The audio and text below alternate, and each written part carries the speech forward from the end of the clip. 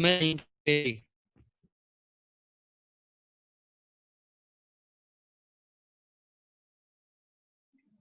Yes ओम, बोलो क्या काम है? सर ग्रुप में लिंक नहीं भेजी है आपने। अरे यार, सब लोग है ना, अभी मुझे बोलना पड़ेगा कि लिंक मैं रोज रोज भेजूंगा नहीं।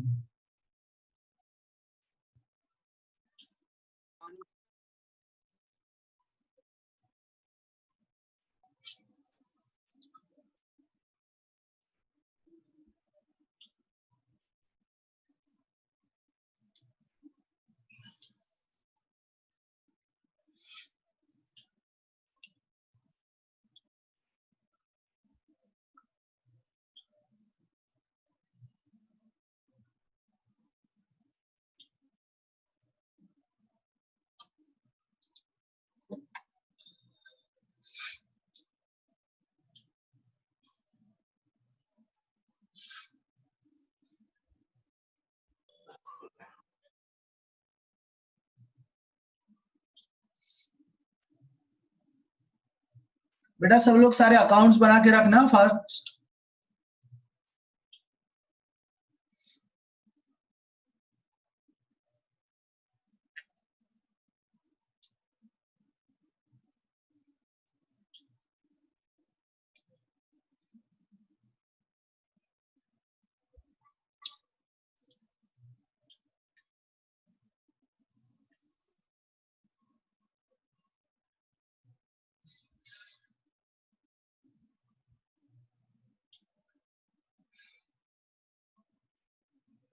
Okay, I am starting.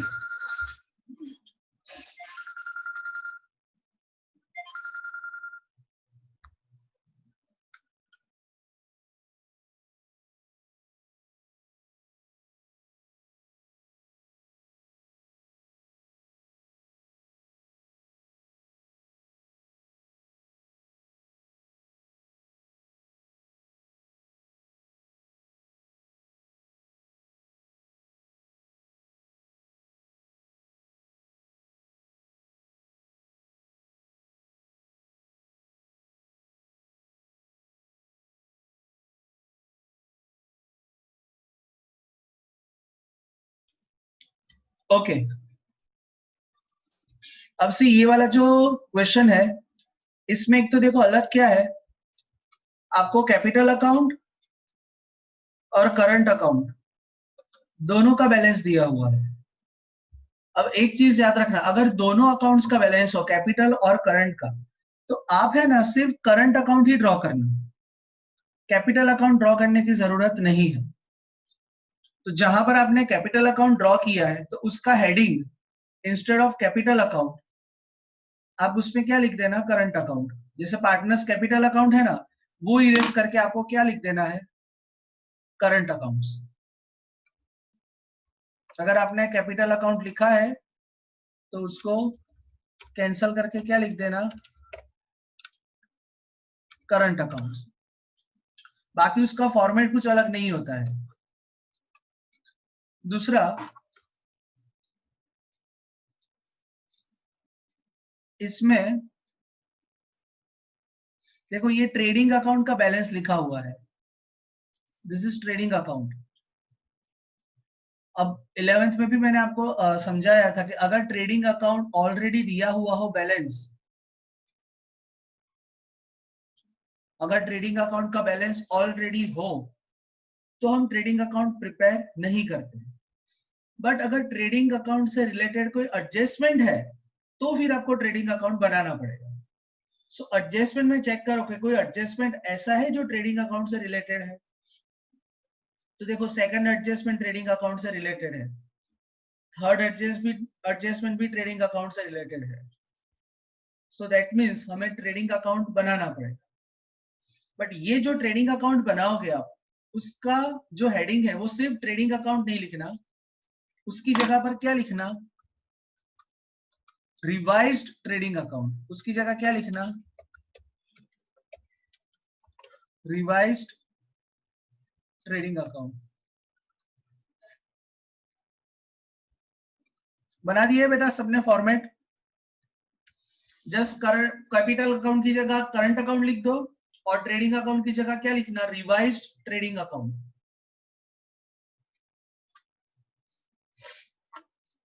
Okay, now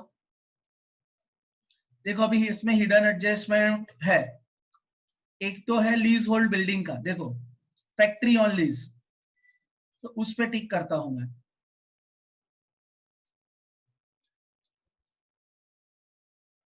lease hold building factory on lease का एडजस्टमेंट है। फिर लोन ऑफ पार्टनर, तो इस पे टिक करना है। फिर और कोई हिडन एडजस्टमेंट नहीं है। अब एडिशनल एडजस्टमेंट देखो,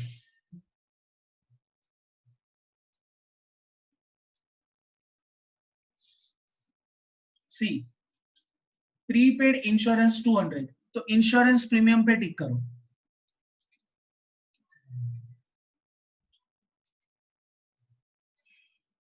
इंश्योरेंस प्रीमियम पे टिक करो। जय withdrawn goods of 2000 from business for his personal use, इसमें कोई टिक करने की जरूरत नहीं है। परचेस पे टिक करते हैं, बट यहां देखो परचेस का बैलेंस ही नहीं है। क्यों परचेस का बैलेंस नहीं है, बिकॉज ट्रेडिंग अकाउंट का बैलेंस डायरेक्टली दिया हुआ है। Then third adjustment, goods of 4000 purchased on credit which is not recorded in the books. Goods purchase किए तो परचेस में प्लस होगा, वो टिक कर नहीं सकते। दूसरा क्रेडिटर्स में प्लस होगा, तो ये रहे क्रेडिटर्स, उस पे टिक करो। फिर राइट ऑफ बैड डेट्स और 5% बैड डेट रिजर्व, तो डेटर्स पे 3 टिक कर दो। कहाँ है डेटर्स, ये रहे, तो देखो 1 2 3, there is no need of discount reserve on debtors. अब ये इस पे टिक नहीं करना है, लेकिन क्या करना है वो मैं बाद में समझाता हूँ। Provide 20% depreciation on plant machine, तो देखो प्लांट मशीन पे टिक करो।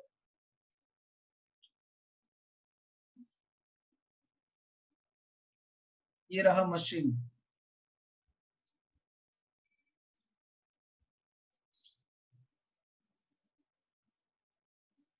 और 5% ऑन फर्नीचर्स एंड फिटिंग्स, तो ये रहा फर्नीचर्स एंड फिटिंग्स। टिक कर दो बेटा सारे अकाउंट्स फटाफट।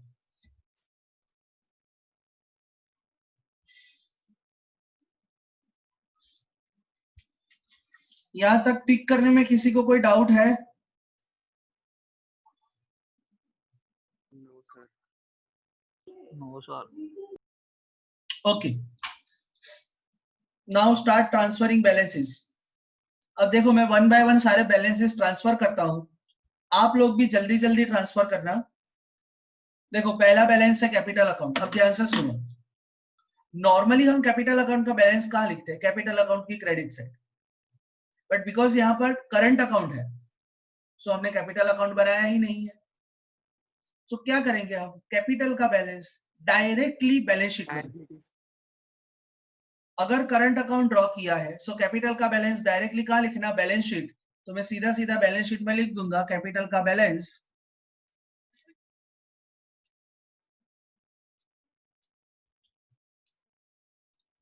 तो see, balance sheet liability side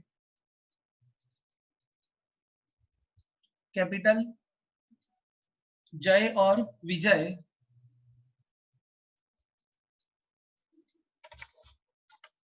अब जय का बैलेंस है 80,000 और विजय का बैलेंस है 60,000।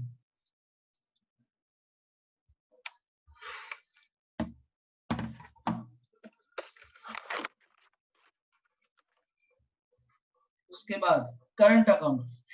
देखो करंट अकाउंट में ध्यान से देखो, जय का क्रेडिट बैलेंस है और विजय का डेबिट बैलेंस है। अब करंट अकाउंट का बैलेंस करंट अकाउंट में लिखेंगे, तो जहां पर आपने कैपिटल अकाउंट ड्रॉ किया है उसकी जगह क्या हो जाएगा? Current account. अब करंट अकाउंट, एक सेकंड बेटा मैं ये नाम चेंज कर दूं, जय विजय है, ये कल वाले राम श्याम आ गए। जय विजय।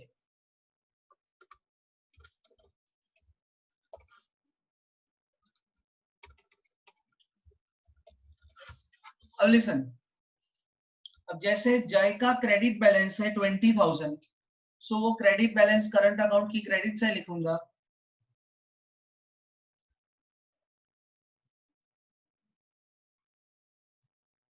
बाय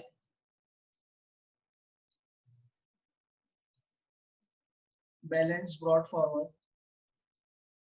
अब देखो जय का 20,000 क्रेडिट बैलेंस है तो क्रेडिट साइड लिख रहा हूं, और विजय का डेबिट बैलेंस है तो वो डेबिट साइड लिखना।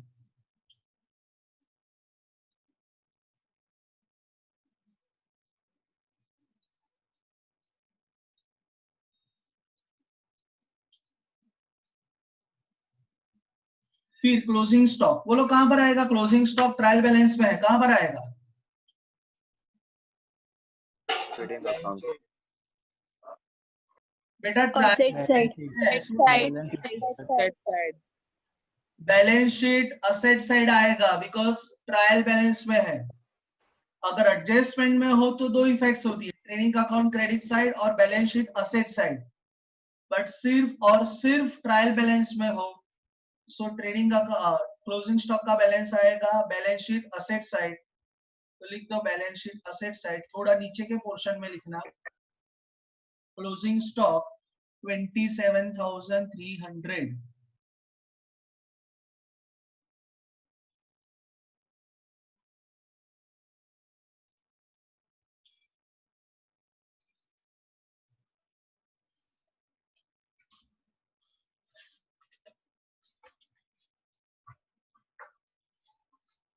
फिर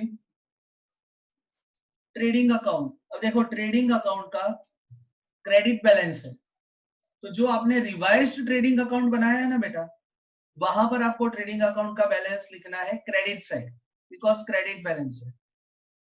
तो रिवाइज ट्रेडिंग अकाउंट की क्रेडिट साइड, अब यहां पर क्या लिख देना? बाय बैलेंस ब्रॉड फॉरवर्ड लिख दो तो भी चलेगा, ग्रॉस प्रॉफिट लिख दो तो भी चलेगा, ट्रेडिंग अकाउंट बैलेंस लिख दो तो भी चलेगा, you can write anything. 30,900।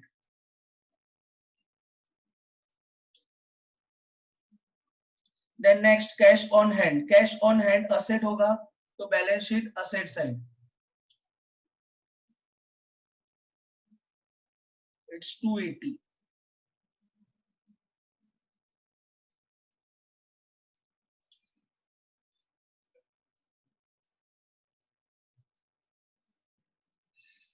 Next, current account with bank. और लिसन, ये बैंक का बैलेंस है. ये जो पार्टनर्स का करंट अकाउंट है ना, वो नहीं है. जैसे बैंक में अपना अकाउंट होता है तो या तो सेविंग्स अकाउंट हो सकता है या तो करंट अकाउंट हो सकता है. अब इसमें इनका करंट अकाउंट है और बैंक का बैलेंस दिया हुआ है. अब ये बैलेंस डेबिट साइड लिखा हुआ है तो मैं असेट साइड लिखूंगा. Current account with bank 7000. तो यहाँ पर आप डायरेक्टली ऐसा भी लिख सकते हो, बैंक बैलेंस 7000. किसी को कुछ भी डाउट हो ना बीच में बेटा तो पूछ लेना without any hesitation. Fixed deposit with bank. तो फिक्स्ड डिपॉजिट भी क्या होगा, असेट. तो उसको भी मैं असेट साइड लिख देता हूं 40,000.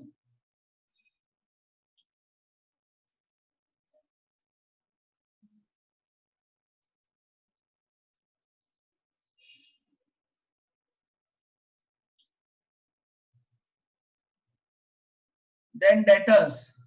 अब डेटर्स में हमने 3 टिक किए हैं. मैं थोड़ा ऊपर लिखता हूं.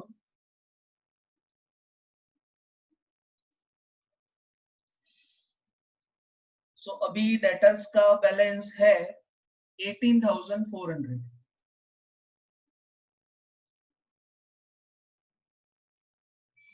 सैलरी. सैलरी आएगा profit and loss account debit side 18,500. देखो प्रॉफिट एंड लॉस अकाउंट की डेबिट साइड एक एक लाइन का स्पेस रखना.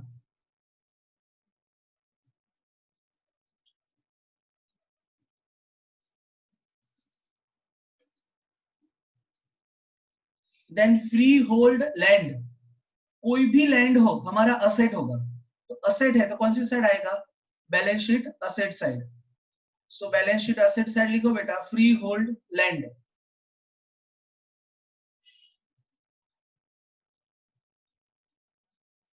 अब ये जो फ्री होल्ड है ना उसका बहुत लंबा स्टोरी है तो वो अभी मैं एक्सप्लेन नहीं कर रहा हूँ बिकॉज बहुत टाइम लगेगा. वैसे इतना नेसेसरी भी नहीं है उसका explanation. So freehold land is of 60,000.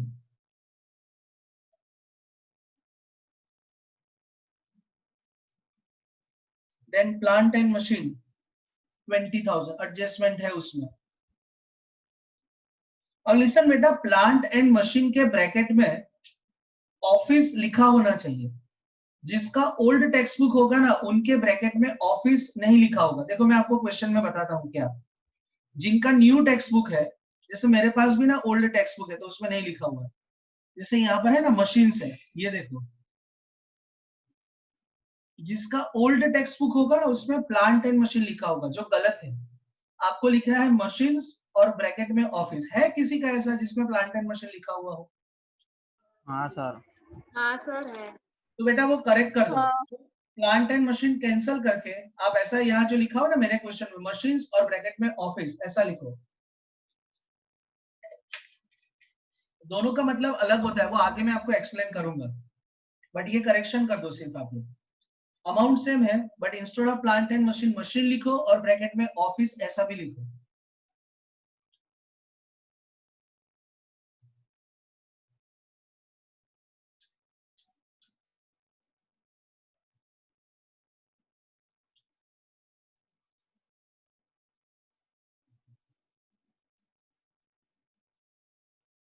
फिर है furniture and fixtures. It's of 5,000.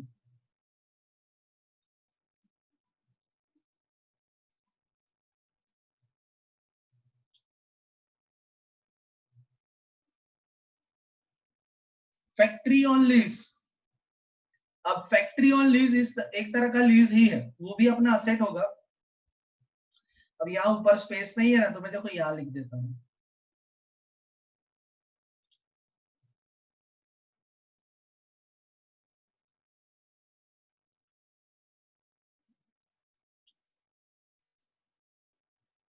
कितने का है फैक्ट्री ऑन लीज, 30,000.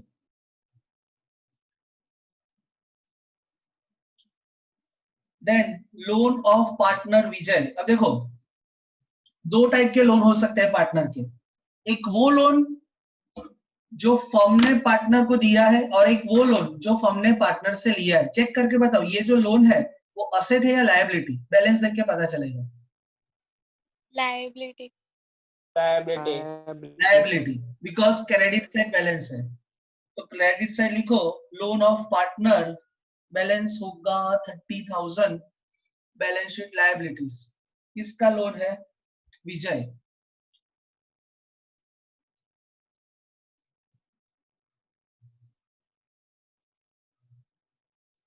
अब देखो पार्टनर की लोन का आउटस्टैंडिंग इंटरेस्ट लोन में प्लस नहीं होता है, इसलिए मैं इसका बैलेंस इनर कॉलम में नहीं लिखूंगा, आउटर कॉलम में लिखूंगा।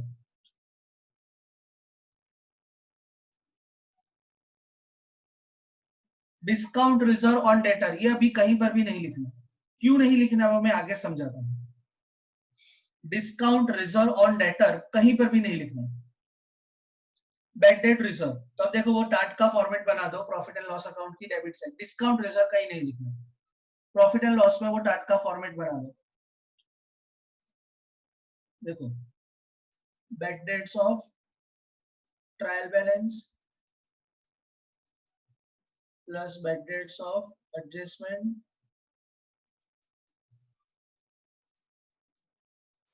Plus bad debt reserve of adjustment minus bad debt reserve of trial balance. अब यहां पर लिखा हुआ है bad debt reserve of trial balance कितना है 1000, so bad debt reserve of trial balance 1000।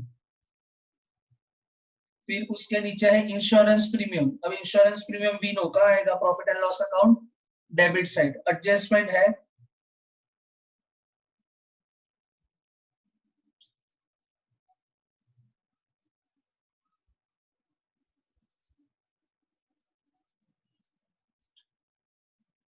Printing and stationery, profit and loss debit side.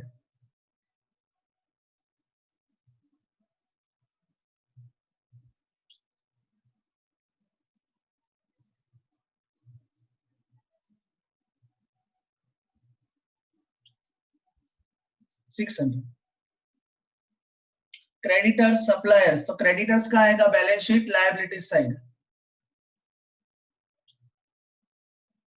अब उसमें एडजस्टमेंट है इसलिए inner column.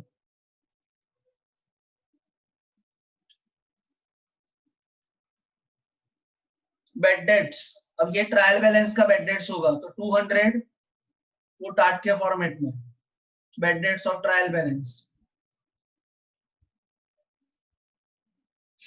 Advertisement expense profit and loss account debit side.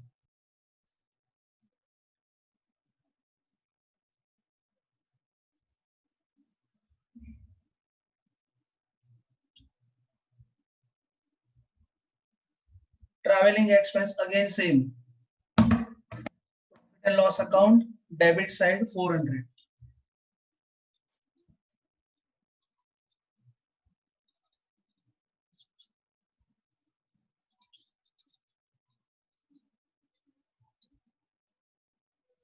Okay लिख दो बेटा। यहां तक किसी को कोई डाउट? कोई भी अकाउंट कौन सा कहां लिखा उसमें? हाँ।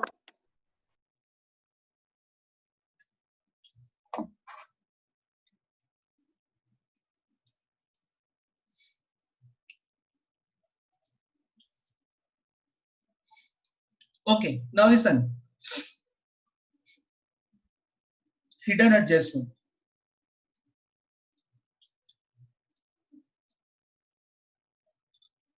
अब देखो सबसे पहला ये हिडन एडजस्टमेंट है ना, फैक्ट्री ऑन लीज।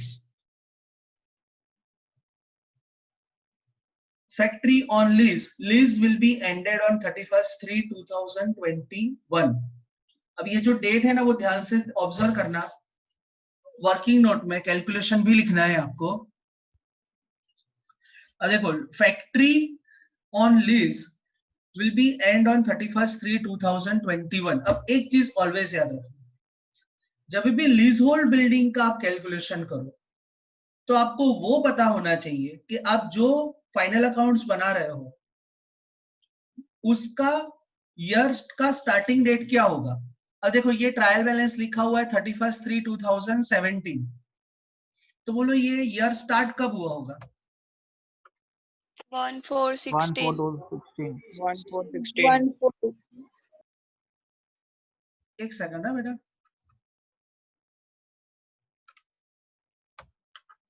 जस्ट मुझे ये इरेज कर देना है।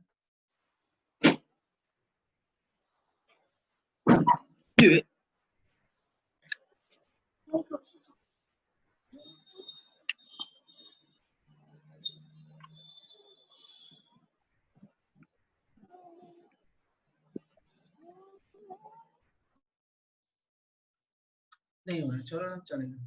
अब सुनो, वर्किंग नोट मैं आपको लिखवा रहा हूं, आप लोग भी मेरे साथ लिखना बेटा वर्किंग नोट। और ये जिसका व्रज ठक्कर मैं आपको रिमूव कर रहा हूं विदाउट एनी वार्निंग। कर दूं व्रज आपको रिमूव? बोलो।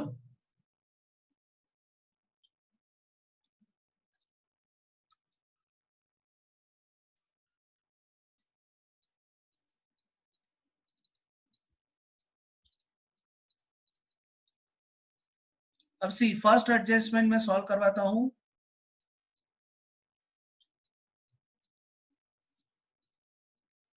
लीज किसका लीज है?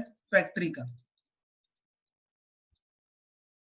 अब देखो कौन से ईयर में हमने लीज रखा, ये ईयर में लीज रखा, और आपने मुझे बताया कि कब ये स्टार्ट हो रहा है, ईयर 1/4/2016, और वो ब्रैकेट में उसका एंडिंग का डेट लिखा हुआ है। देख लो कौन सा एंडिंग का डेट है, 31/3/2021।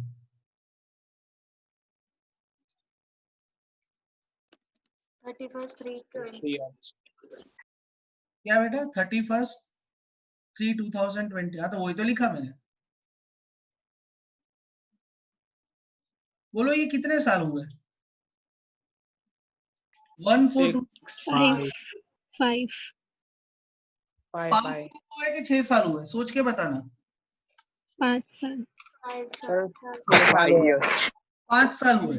देखो आपको क्या करने का, 21 - 16 कर देने का, तो बोलो 5 आता है। तो 5 इयर्स का आपने लीज लिया है, पता चला बेटा 5 इयर्स का लीज लिया है। Yes sir. अब तक हम जो लीज होल्ड बिल्डिंग का एडजस्टमेंट सॉल्व करते थे ना, उसमें ऐसा सीधा सीधा 5 इयर्स लिखा हुआ होता है। यहां पर हमने खुद से फाइंड किया कि कितने साल का लीज है, that is the only difference. अब बताओ लीज होल्ड बिल्डिंग कितने का है?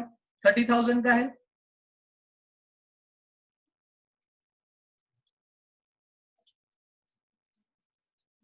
अब तक हम क्या करते थे, जो भी लीज होल्ड का बिल्डिंग हो उसको नंबर ऑफ ईयर्स से डिवाइड करते थे। अब यहाँ पर नंबर ऑफ ईयर्स डायरेक्टली नहीं लिखा था, हमने खुद से फाइंड किया 5 इयर्स, तो बस सीधा सीधा इसको 5 से क्या कर दो, डिवाइड। तो हमको पता चलेगा कि राइट ऑफ कितना करना है, 6,000। इसका एडजस्टमेंट का कोई इफेक्ट नहीं लिखना, सिर्फ ये कैलकुलेशन लिखो, इफेक्ट इसके अलग है, मैं समझाता हूँ। कैलकुलेशन पता चला बेटा ये सबको, से 6,000 कैसे आए और 5 साल कैसे आए? Yes sir. चलो Yes, sir. जल्दी जल्दी लिखो।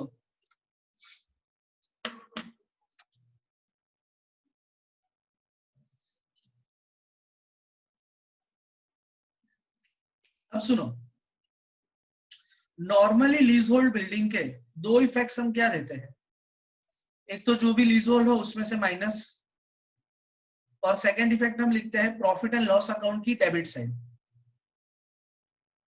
बट यहां पर जो लीज है ना वो फैक्ट्री का है। देखो ध्यान से देखो, ये कौन सा लीज है? Factory on lease. अब अगर कोई भी एक्सपेंस फैक्ट्री से रिलेटेड है तो उसका अकाउंटेंसी में एक रूल है कि any expense which is related to factory वो प्रॉफिट एंड लॉस अकाउंट में नहीं लिखते हैं, उसको लिखते हैं ट्रेडिंग अकाउंट। क्यों, मैं समझाता हूं।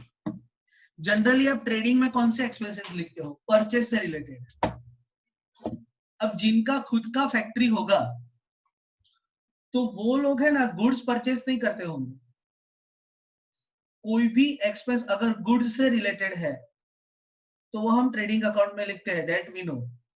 बट अगर जिसका प्रोडक्शन का खुद का टाइम है तो वो डायरेक्टली गुड्स परचेस नहीं करेंगे, वो रॉ मटेरियल परचेस करेंगे और फिर उसके ऊपर खर्चा करेंगे। आपको मैंने एक चीज समझाई है कि परचेज एक्सपेंस होते हैं ना, वो लोग परचेज एक्सपेंस कौन से अकाउंट में रिकॉर्ड करते हैं?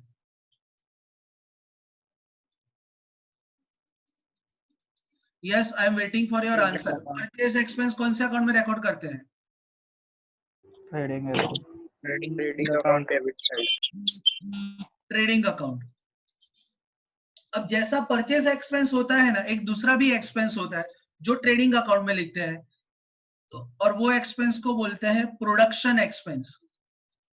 या तो प्रोडक्शन एक्सपेंस बोलो या तो उसका दूसरा नाम हो जाता है फैक्ट्री एक्सपेंस।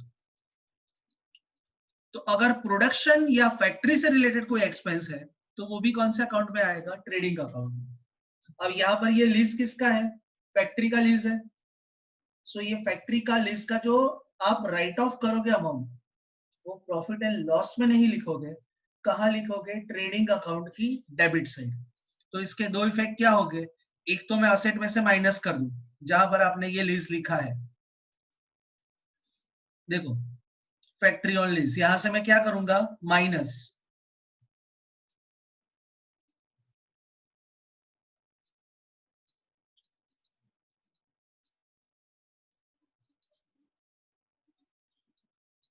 और सेकेंड इफेक्ट जो 6,000 है ना बेटा,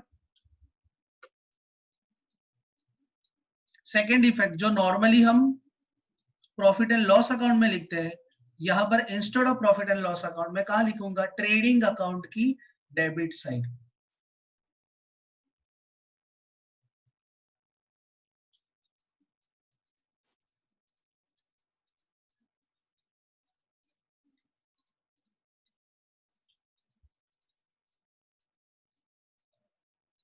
yes, any doubt in this adjustment? Calculation लिख दिया सबने?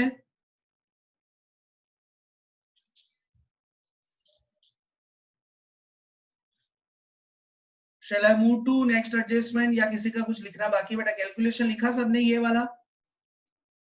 Yes. Yes, sir. ओके। अब देखो एक दूसरा एडजस्टमेंट है, लोन ऑफ पार्टनर विजय। अब ध्यान दो, एक चीज समझाता हूं मैं आपको।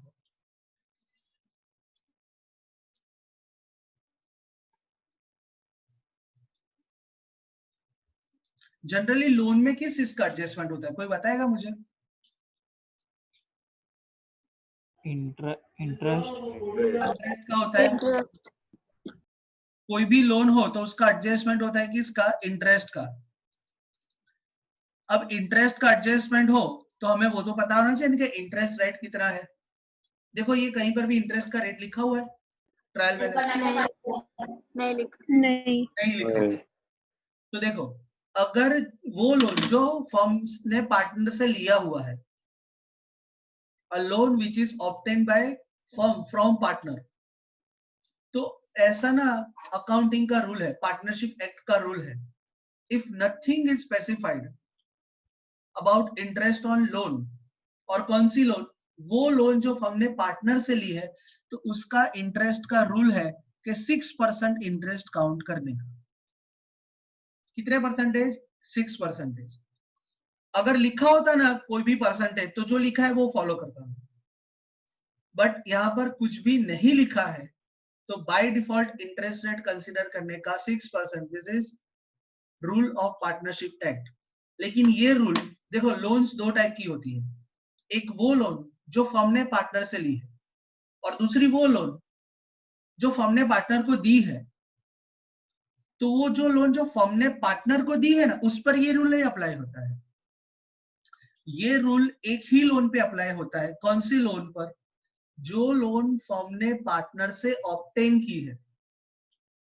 तो यहां पर ये लायबिलिटी है, तो of course this loan is taken by firm from partner. अब मुझे सिर्फ ये बताओ कि कितने मंथ्स का इंटरेस्ट आएगा, डेट चेक करके। 6 months. 6 मंथ्स का आएगा। 1 10 2016 है तो 10 11 12 1 2 3 तो 6 मंथ्स का इंटरेस्ट फाइंड करेंगे 30,000 का। बेटा ये कैलकुलेशन सब लोग लिखना, नहीं तो पता ही नहीं चलेगा। सो 30,000 का 6% रूल के हिसाब से लिखा मैंने, और 6 मंथ्स का है तो 6 डिवाइडेड बाय 12, बताओ कितना होता है? 900. 900. लिख दो बेटा ये कैलकुलेशन सब लोग। 6% क्यों मैंने लिया, दैट इज अ रूल, और 6 मंथ्स क्यों लिया, बिकॉज वो डेट के हिसाब से लिया।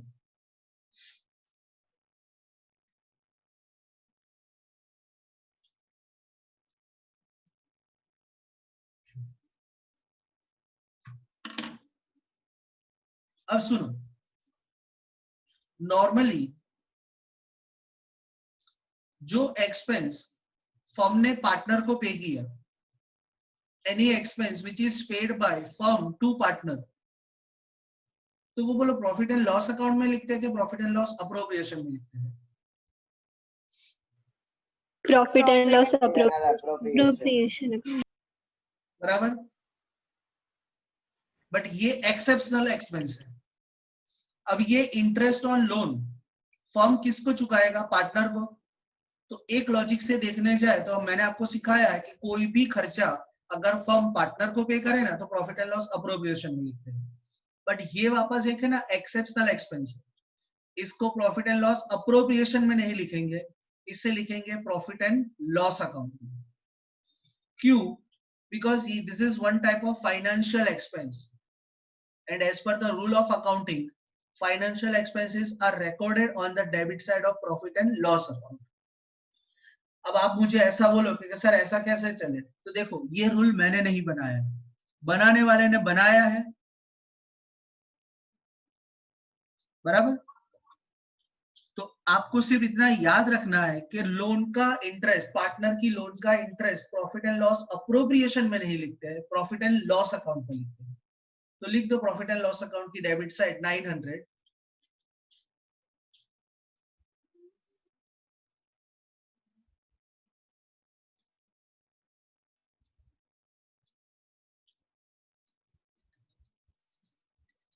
Interest on loan. और ये होगा आउटस्टैंडिंग इंटरेस्ट। बट इसमें भी वापस एक और रूल है कि पार्टनर की लोन का आउटस्टैंडिंग इंटरेस्ट लोन में प्लस नहीं होता है, अलग से लिखते हैं। तो लायबिलिटी साइड लिखूंगा लेकिन मैं लोन में प्लस नहीं करूंगा, ऐसा छुट्टा अलग से लिखूंगा।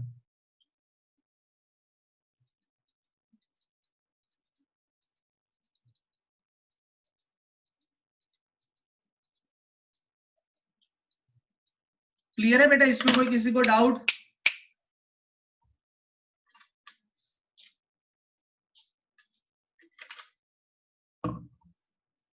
ओके लिसन, मैं मीटिंग एंड करता हूं विद इन 1 मिनट। एंड होके 1 मिनट खत्म हो गया ना, मैं तुरंत स्टार्ट कर दूंगा। ये मैक्सिमम 2 मिनट्स, क्योंकि मैं एग्जैक्ट 5 सेकंड में मीटिंग रिस्टार्ट भी कर देता हूं। तो आप लोग जल्दी अगर ज्वाइन नहीं होंगे तो दैट इज योर मिस्टेक।